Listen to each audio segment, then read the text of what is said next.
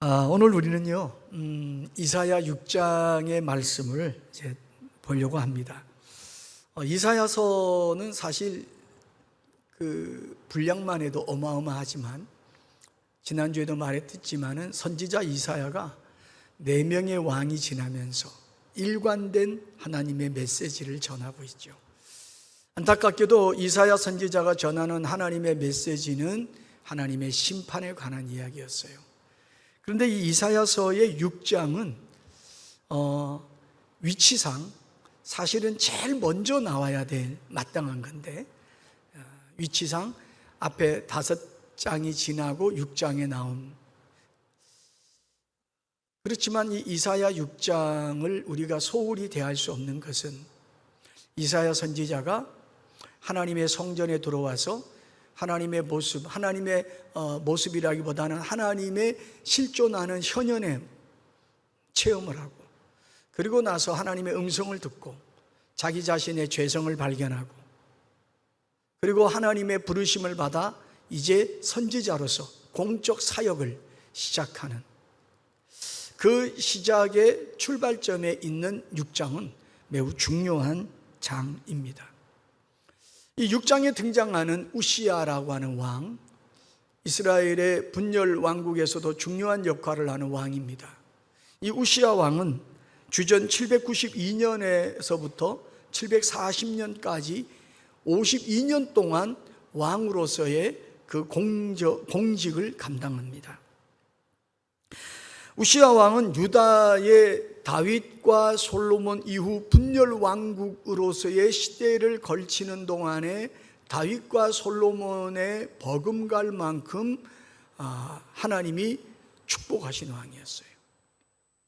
그런데 이 우시야라고 하는 왕이 52년 동안 유다를 다스리는 동안에 유다는 매우 놀라운 발전을 하게 됩니다.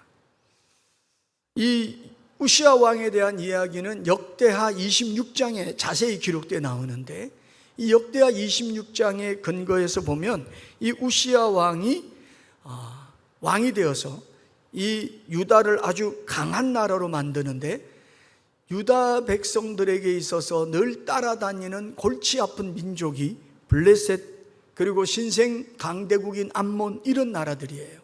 그런데 이 블레셋도 암몬도 이 우시야가 통치하는 기간에는 힘을 발휘하지 못합니다.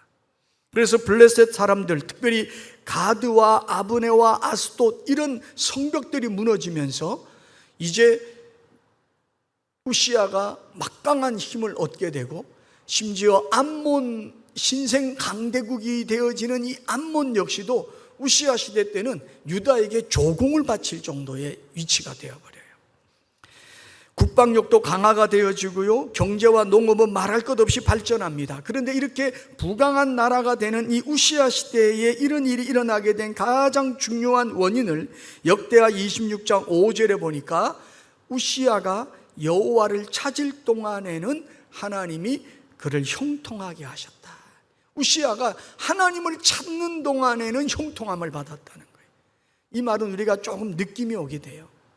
이 역대하 26장 16절에 보니까 그가 강성하여짐에 그의 마음이 교만하여 악을 행했다고 되어 있는데, 16절 이후부터 21절 사이에 이 악을 행하는 모습의 가장 결정적인 것이 뭐냐, 이 우시야가 제사장만이 드릴 수 있는 성전 제사를 본인이 분향하려고 나서자 하나님께서 그를 치시고 나병이 들게 하셔. 그래서 별궁에 갇혀서 생활하다가 생애를 마감하는 불행한 왕이 되고 또 말아버려요. 우시야가 하나님을 찾는 동안에는 이스라엘, 유다가 강한 나라가 되어지는데, 하나님이 그의 교만함이 극에 달하여 쳤을 때에 우시야의 이 나병은 그에게만이 아니라 우시야를 기대하던 유다 백성들에게도 절망감이었어요. 급기야 우시야가 죽음을 맞게 되자 유다 전체가 낙심하고 불안해하기 시작해요. 왕이 죽었으니, 우리에게 왕이 사라졌으니 이제 우리의 미래는 어떻게 될 것인가 하는 불안인 거죠. 이 불안함은 이사야에게도 마찬가지였어요. 그래서 이사야가 우시아가 죽게 되었을 때, 우시아가 죽게 되자 하나님의 성전에 나온 이유가 이 민족이 어떻게 될까요? 하는 이 불안과 두려움 때문에 하나님의 성전에 나온 것입니다. 여러분, 우리가 우리의 삶 속에 우리에게도 기대하고 소망하는 그 어떤 대상들이 있어요. 눈에 보이는 그 대상들. 그래서 그것을 우리가 좀 해석한다면 우리에게도 살아가는 동안에 우시아와 같은 자가 있다는 거죠. 우시아와 같은 대상이 있다는 거예요. 어떤 사람에게는 건강이 우시아가 되기도 합니다. 나는 건강한 줄 알았더니 몸이 좀 이상해서 병원에 갔더니 선생님 왜 이렇게 오셨어요? 늦었습니다. 이런 말 들을 때가 있어요. 제가 요즘 TV에서 광고 보면요, 보험 광고 중에 이 암 광고가 있잖아요. 여러분, 어느 누구도 장담할 수 없는 건강이 무너질 때, 또한 재정이 무너질 때, 그뿐만 아니라 사람들과의 관계에서 틀어져서 관계가 악화되어서 심한 고통이 올 때, 예기치 못했던 환경의 변화로 인해서 두려움이 올 때, 여러분, 이 모든 것들이 우리에게 오늘의 우시아가 되어질 수가 있어요. 그것 때문에 내가 안전한 줄 알았고, 그것 때문에 내가 장담하고 살았고, 그것 때문에 내가 자신감이 좀 있었는데, 그것이 어느 날 생각지도 않은 때에 무너져 버리고 사라져 버리는, 더 이상 내가 기댈 곳이 없어져 버리는, 그때 우리는 어떻게 해야 될까요? 너무나도 뻔한 대답 같지만 선지자 이사야는 하나님의 성전에 나왔어요. 제가 목회를 하면서 참 좋은 교회에 있는 동안에 특별히 외부 활동을 이제 하지 않고 이렇게 교회 안에 머무르는 시간이 좀 많은데, 신방이 아니고서는 거의 다 교회에 있을 때 보면요, 성도님들이 교회에 기도하러 온 분들이 계세요. 꼭 그 시간에 오시는 분들, 기도하는 소리 들리면 누가 왔구나 시간상으로 느낌이 오는 분들이 있어요. 참 감사하죠. 그 시간이 되면 어김없이 와서 기도하니까. 또 어떤 분은요, 찬양하는 분도 있고요. 또 어떤 때는 제가 한번 보니까 교회에 와서 성경을 크게 읽는 분들도 있더라고요. 여러분, 우리가 우스갯소리지만 조용한 곳을 두고 우리는 뭐라고 부르죠? 마치 고요함이 무엇과 같더라? 절간과 같더라. 교회라고 안 하니까 다행이에요. 근데 제가 절에 한번 다녀본 적이 있어요. 다녀봤다는 오해하지 마시고, 제가 무슨 불교를 믿었다는 말이 아니라 가본 적이 있었는데, 절에 가면 불경 소리가 계속 나와요. 요즘은 이제 승려들이 목탁 치고 하지 않고 USB에서 돌리고 있더라고요. 근데 절에 가면 두 가지가 뚜렷한 게 있어요. 하나는 불경 소리가 끊어지지 않는 것, 또 하나는 향이 끊어지지 않는 것. 우리는 향내 맡으면 머리가 어지러운 증세라 참 힘들어해요. 근데 여러분 한번 생각해 보세요. 교회에 오면 무슨 소리가 들려야 될까요? 교회에 와서는 어떤 향기를 맡아야 될까요? 대답은 여러분들이 하시면 돼요. 그런데 교회가 너무 적막하다? 교회가 너무 고요하다? 그렇다고 해서 교회에서 사람 소리가 막 와서 쟁강쟁강 그릇 깨지는 소리 들리라는 말은 아니에요. 여러분 힘들고 어려울 때, 여러분의 삶에 우시아와 같이 뭔가가 무너지는, 내가 기대하고 대상되었던 것들이 무너지는 때를 만날 때, 여러분 정말 대답은, 정답은 주의 성전에 와야 돼요. 하나님의 전에 와서 엎드려 하나님을 찾아야 돼요. 오늘 선지자 이사야가 성전에 평소에 안 왔겠어요? 평소에 왔을 거예요. 그런데도 불구하고 우시아가 죽게 되어 절망과 낙심 속에 두려움에 있을 때 그가 하나님의 성전에 또 나왔더니 어떤 일이 났어요? 하나님이 그를 만나 주셨어요. 그리고는 하나님이 이사야를 통해 오늘 우리에게 말씀하시는 부르심의 역사가 있는 겁니다. 우리는 오늘 본문의 말씀을 너무나도 이사야의 소명이라는 것에다가 맞추게 되면, 그래, 소명이 이렇게 오는 거야, 하나님의 전에서 부르심을 받는 거야, 이렇게 생각할 수 있지만 그것은 이사야의 입장이에요.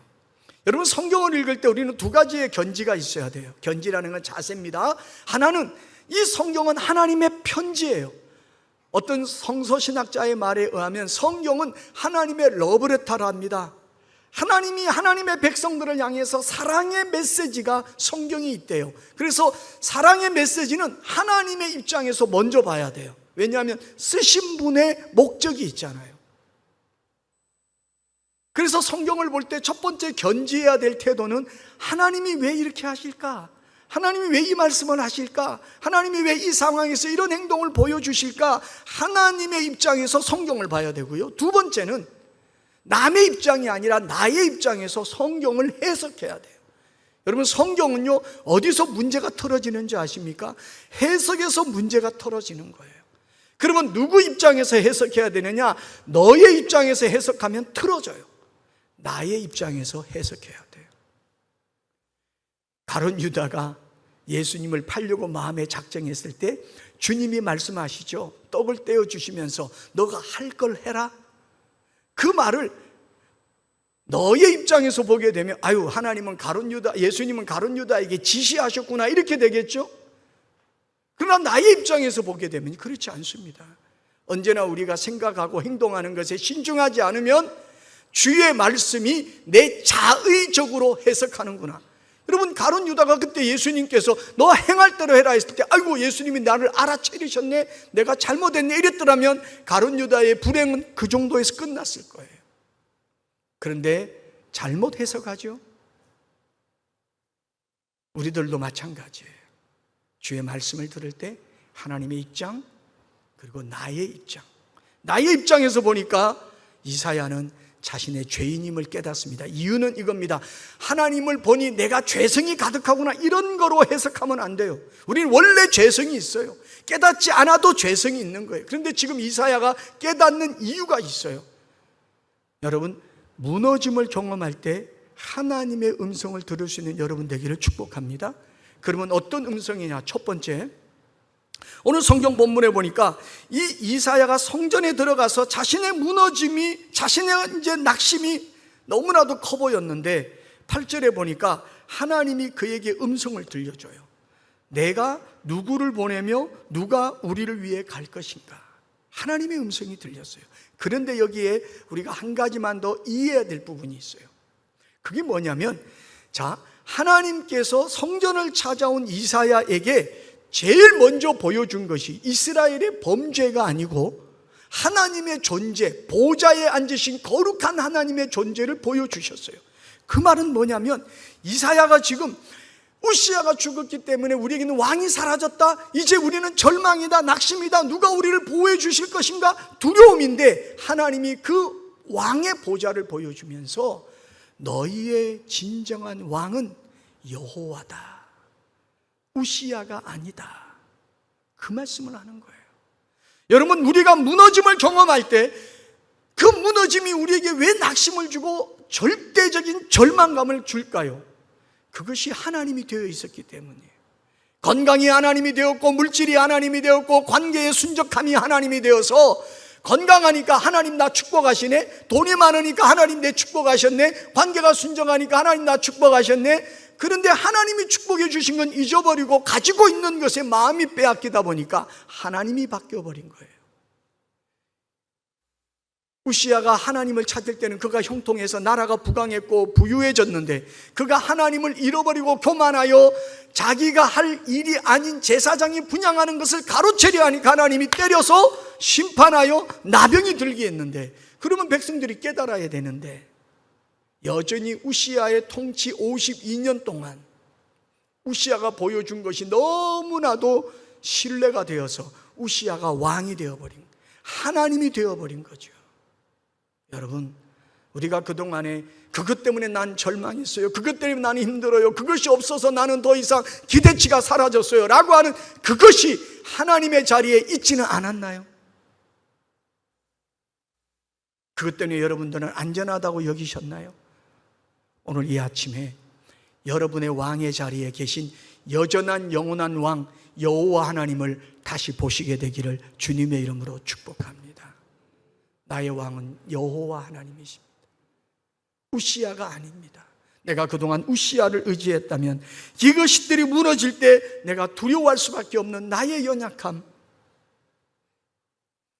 여러분, 그래서 이사야가 자기의 죄를 발견했다는 그 의미는 내가 하나님을 보지 않고 우시아를 의지했구나 라고 하는 면으로도 이해되어지는 거예요. 여러분이 의지하던 것이 무너지고 흔들려지고 사라질 때 생각해야 돼요. 나의 왕은, 내 삶의 주인의 온전한 왕은 여호와 하나님이라는 걸 내가 잊어서는 안 되겠구나. 다시 바라보는 눈이 열리게 되기를 주의 이름으로 축복합니다. 다윗은 말이죠, 시편 46편 1절에서 3절에 하나님은 나의 피난처요 내가 환난 때 만날 큰 도움이라고 말하면서 나는 두려워하지 않겠다라고 선언합니다. 다윗이라고 두려워하지 않을 일이 있겠어요? 그런데 그 마음이 흔들리자 하나님을 바라보는 거예요.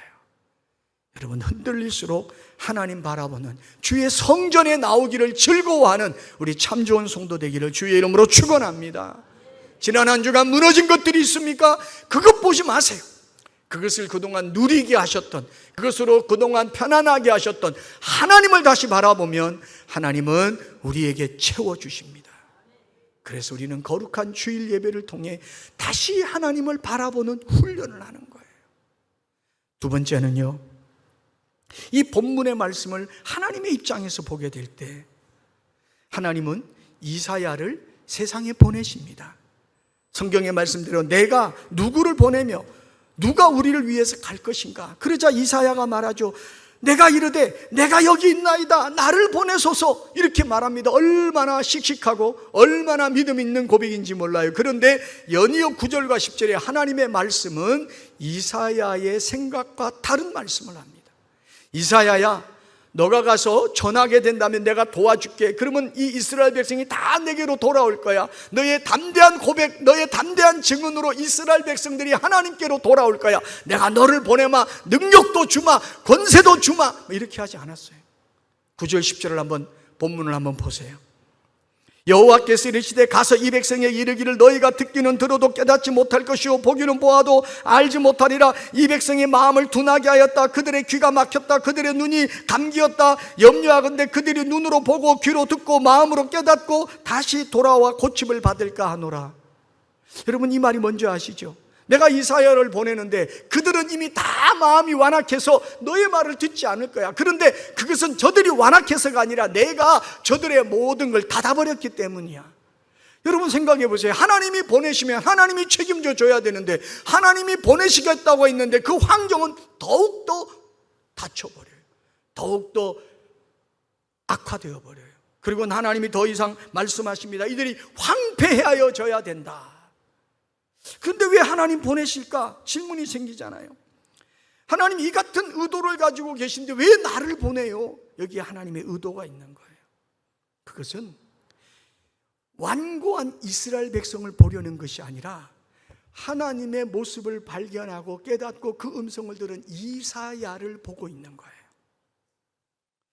환경은 안 바뀌었어요. 더 악화되어져요. 그런 곳에 너를 가게 한다는 거예요. 네가 가겠다고 했으니 가라는 거예요. 그런데 아무것도 바뀌는 것이 없다는 거예요. 그러면 하나님 나 안 갈래요. 야가 돼야 되는데 이사야는 그래도 가겠습니다.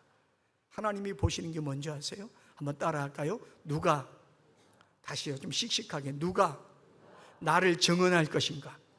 누가 내가 왕이라고 말해줄 것인가? 누가 그들을 깨닫게 할 것인가? 하나님은 그 사람을 찾는 거예요. 변화될 환경을 보라는 게 아니에요. 변화될 사람들을 보라는 게 아니에요. 너가 나를 믿고 나의 증인이 되어 가려느냐라고 말하는 거예요. 여러분, 저는 우리 참 좋은 성도들이 모두가 다 선교사가 되기를 축복합니다. 부담스럽죠? 나보고 과테말라를 가라고? 나보고 필리핀 가라고? 단기 선교는 가겠는데 그 가서 살으라고? 그런 말이 아니에요. 한번 따라 합시다. 하나님께서 나를 그곳에 보내셨습니다. 다시, 하나님께서 나를 우리 가정에 보내셨습니다.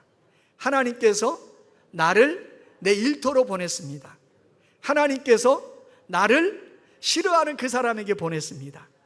이유가 뭘까요? 이유는 하나예요. 따라하겠습니다. 한 번 더 죄송해요. 불편하게 해서 따라합니다. 하나님께서 나로 인해서 하나님을 증언하라고 보내셨습니다. 어떻게 증언해요? 내 삶으로, 나의 믿음으로. 여러분, 어느 한 도시에 아주 완악한 사람이 있었어요. 입도 거칠고요, 식구들한테도 포악하고요, 친구들하고는 싸우지 않으면 만남의 끝이 없는 사람이에요. 그런데 그런 사람이 어느 날 예수를 믿게 되었어요. 교회 오니까 좋은 거예요. 사람들이 막 자기를 인정해 주고요, 자기가 조금 그시기한 사람인데도 사람들이 다 면전에 대놓고는 좋은 말만 해주고요, 기분이 좋아요. 그러다가 한 주, 한 달, 두 달 나오다가 마음의 변화가 일어났어요. 내가 이렇게 살면 안 되겠구나. 그래서 가족들에게 거친 말도 하지 않고 좋은 말만 합니다. 친구들하고도 만나면 싸움질을 하지 않고 자꾸 대접해 줍니다.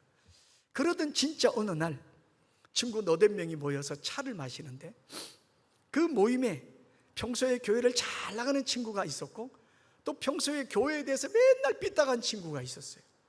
이 삐딱한 친구가 여지없이 교회 잘 나가는 친구에게 시비를 겁니다. 너 요즘도 교회 나가냐? 그럼 나가야지. 교회가 뭐 좋아서 나가? 얼마나 좋은데? 이래가면서 티격태격 말이 오가다가 이 교회를 비난하는 친구가 이런 말을 해. 네가 진짜 그렇게 믿는다면 하나님 좀 보여줘봐. 하나님 좀 보여줘봐. 여러분, 혹시 여러분 중에 믿지 않는 가족이나 믿지 않는 친구들이 이런 말하는 거 들어본 적 없나요? 너 진짜 하나님 믿는다, 한번 보여줘봐. 그때요, 이제 교회 나가서 은혜 받기 시작한 이 남자가 마음에 이런 감동이 온 거예요. 너가 나설 때야.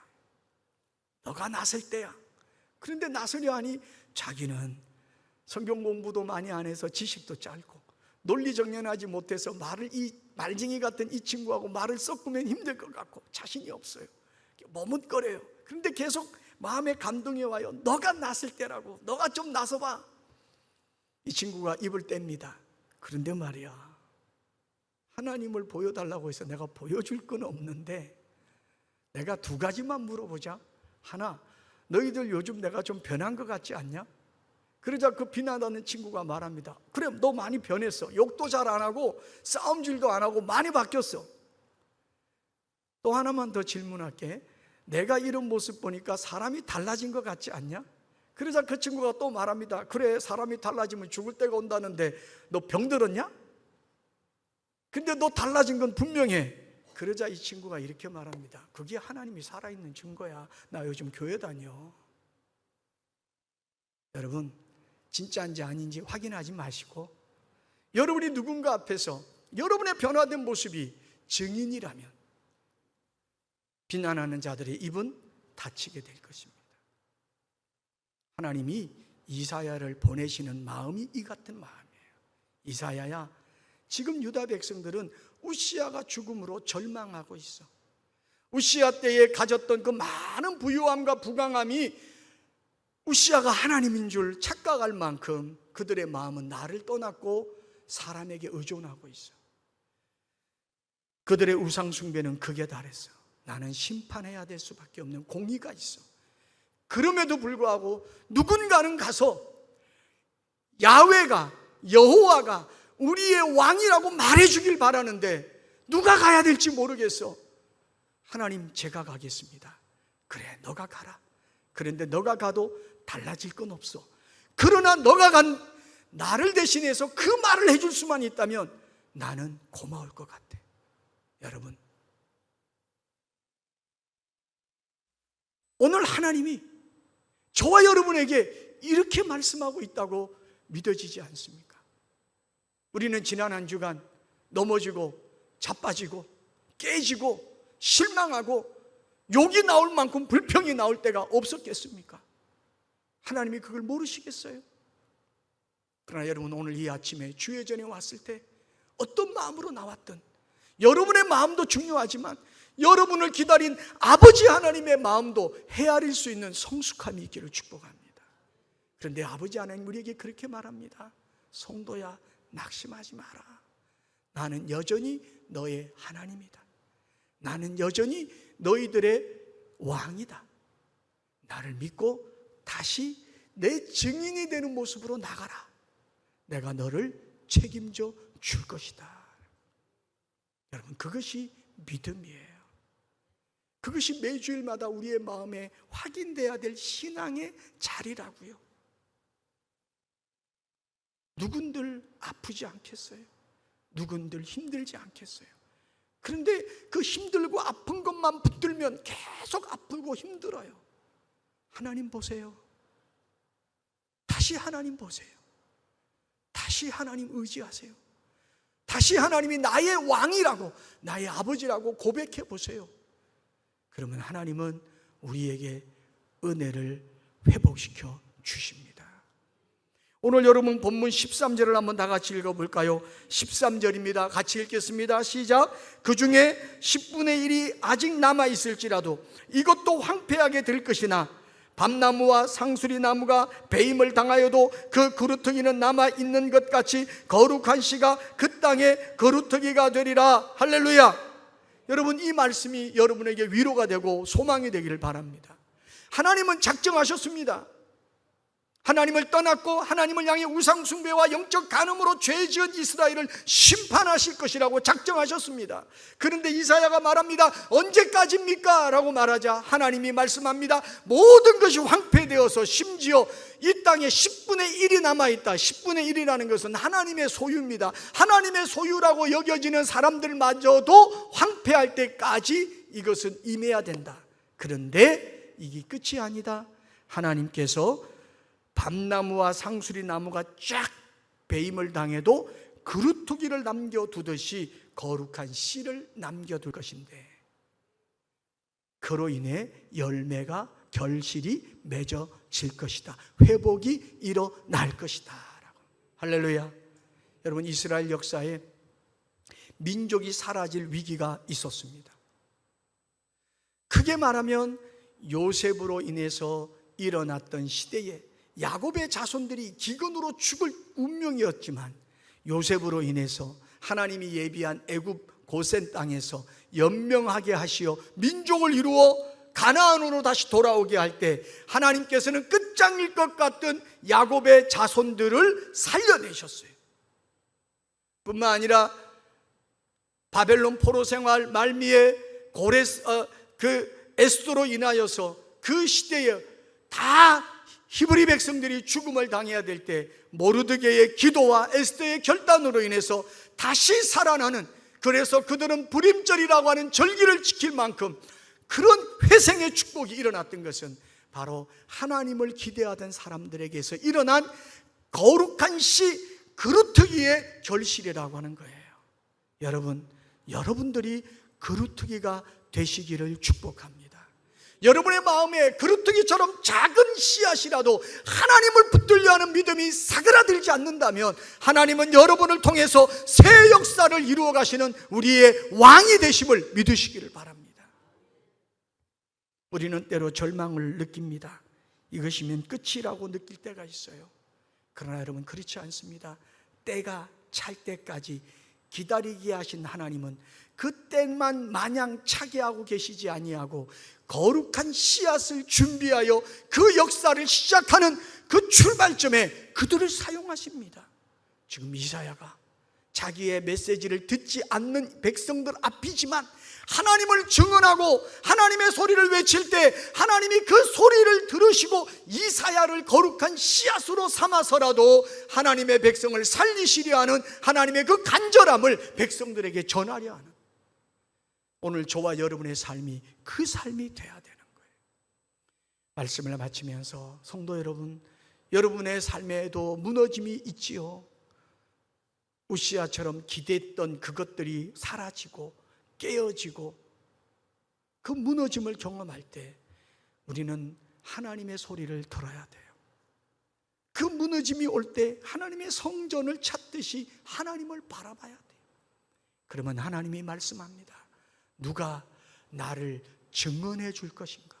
누가 나를 증인되어 줄 것인가? 하나님, 제가 한번 증인되어 보겠습니다. 내가 이 무너짐에서 하나님이 회생시키심을 증인되어 보여주겠습니다. 그럴 때 하나님이 여러분을 거룩한 씨앗으로 삼아 여러분의 삶을 다시 새롭게 출발시키고 회생하게 하는 기대와 소망을 이루어 가시는 그 하나님을 여러분 경험하고 싶지 않습니까? 그런데 그 하나님이 저와 여러분의 아버지라고 말씀하셔요. 세상의 아버지는 자식을 버리기도 하죠. 세상의 어머님은 제 몸으로 난 자식을 죽이기도 합니다. 하나님 아버지는 하나님 아버지를 아버지라 부르고 찾아 엎드리는 자를 절대로 외면하지 않습니다. 그 만남에 하나님이 주는 소망을 여러분 빼앗기지 마세요. 마귀에게 속지 마세요. 그리고 하나님을 부르세요. 주의 이름을 부르는 자가 구원을 받습니다. 여러분의 왕은 우시아가 아니라 여호와 하나님이셔요. 말씀을 마치면서 저는 시편 20편 7절 말씀을 읽어드리고 싶습니다. 어떤 사람은 병거를, 어떤 사람은 말을 의지하나 우리는 여호와 우리 하나님의 이름을 자랑하리로다. 하나님의 이름을 자랑하십시오. 하나님은 오늘도 하나님을 증인으로, 증거자로 살아가는 자들을 오늘도 찾습니다. 나는 하나님을 믿는 백성입니다. 나는 하나님의 자녀입니다. 하나님이 이 문제를 해결할 것입니다. 하나님이 우리 가운데 하나님 되심을 보여주실 것입니다. 이렇게 여러분들이 마음을 가지고 여러분의 가정에서, 여러분의 일터에서, 여러분이 만나는 사람들 앞에 내가 하나님의 증인이 되어 살 것이다 라고 할 때마다 하나님이 여러분들을 책임져 주시는 실제적이고 구체적인 믿음의 역사를 만나게 되기를 주님의 이름으로 축복합니다. 기도하겠습니다.